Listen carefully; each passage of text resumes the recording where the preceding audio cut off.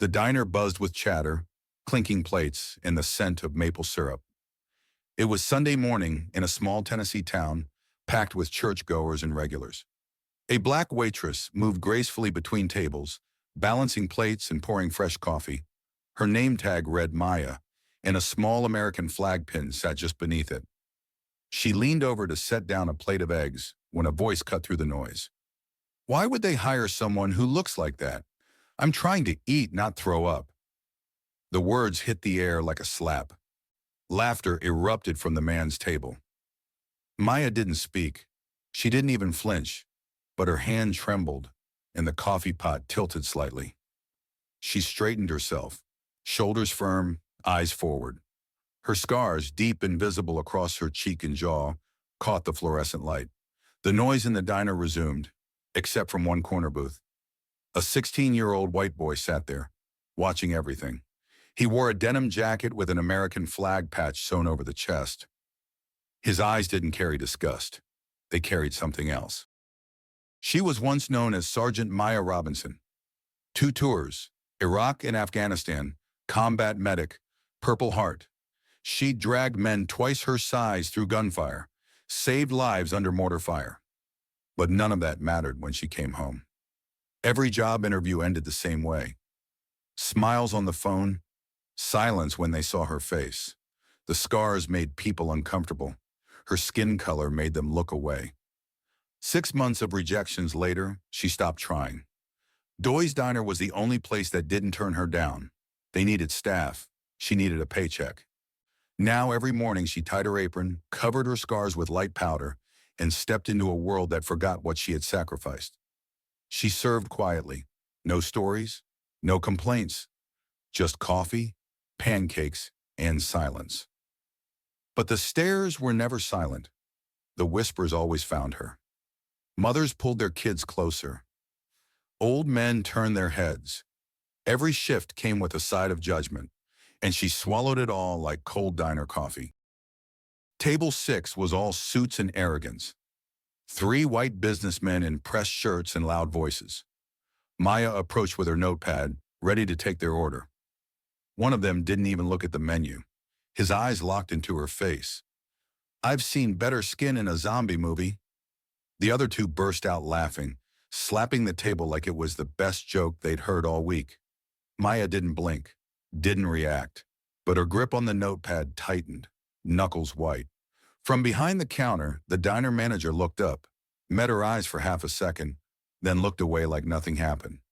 A mother walking past with her toddler pulled the boy closer and whispered just loud enough, "Don't look at her, baby. She's just different." The child stared anyway. Maya managed a faint smile. Her lips trembled as she turned. Without a word, she picked up the coffee pot and moved to the next table. She had mastered the art of not breaking. On the outside. From the corner booth, Logan West hadn't looked away once. 16, white, quiet, but his stare wasn't like the others. He wasn't looking at Maya's scars. He was watching how everyone treated her. His hand rested on the table, right over the flag patch on his jacket. A habit he'd picked up from his father. Captain Michael West, retired Army. The same man Maya had saved on a battlefield 10,000 miles from here.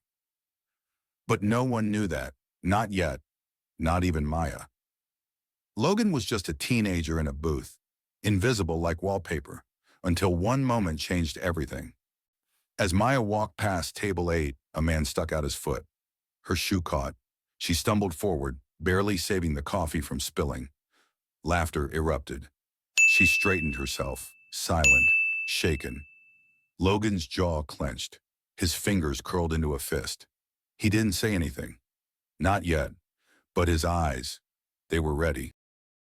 Doy, the diner manager, leaned over the counter and motioned Maya toward the back. She followed him into the narrow hallway near the restrooms. "Maya," he said, eyes darting away, "customers are complaining again. Maybe try the back shifts. Less crowded, less visible." She paused. The insult landed without a sound. "Understood," she replied, steady but hollow. As she stepped back into the dining room, a voice rang out from a nearby table. Hey, waitress! What's wrong with your face? Acid attack or gang fight? Chairs scraped. Silverware stopped clinking. The entire diner fell into silence. Maya turned toward the man slowly. Her voice didn't shake. Those scars came from saving American soldiers. Something you'll never understand. The man blinked, but before anyone else could speak, the manager raised his voice from the counter. Maya, I need you to clock out. No hesitation, no defense, just dismissal. Maya walked toward the back, apron untied, clock out card in hand. Her steps were slow, but her pride stayed upright. Then, a chair scraped loudly behind her. Logan stood. His voice wasn't loud, but it cut through the silence like thunder. She saved my father's life in Iraq. Twice. Every head turned. He pulled a worn photo from his wallet. Faded edges, creased lines. In it, a younger Maya stood in uniform, arms slung around a soldier. My dad is Captain Michael West, 10th Mountain Division. She dragged him out of a burning Humvee under enemy fire. He looked around the diner, eyes locking with every person who had laughed, judged, or looked away. You insulted a war hero. You judged her for her face, not for her sacrifice. Silence, then a slow movement. An elderly man rose from the far corner, spine straight. I served in Vietnam, he said, voice rough. Ma'am, he raised his hand in a solemn salute. A woman at the next table wiped tears from her eyes. Logan stepped closer to Maya. 6 simple words. She saved my dad, twice. A week later, the diner had a new sign in the window. Proudly serving all veterans welcome. Maya didn't stay much longer. The call came from the Veterans Affairs office. They had seen the story, heard about Logan.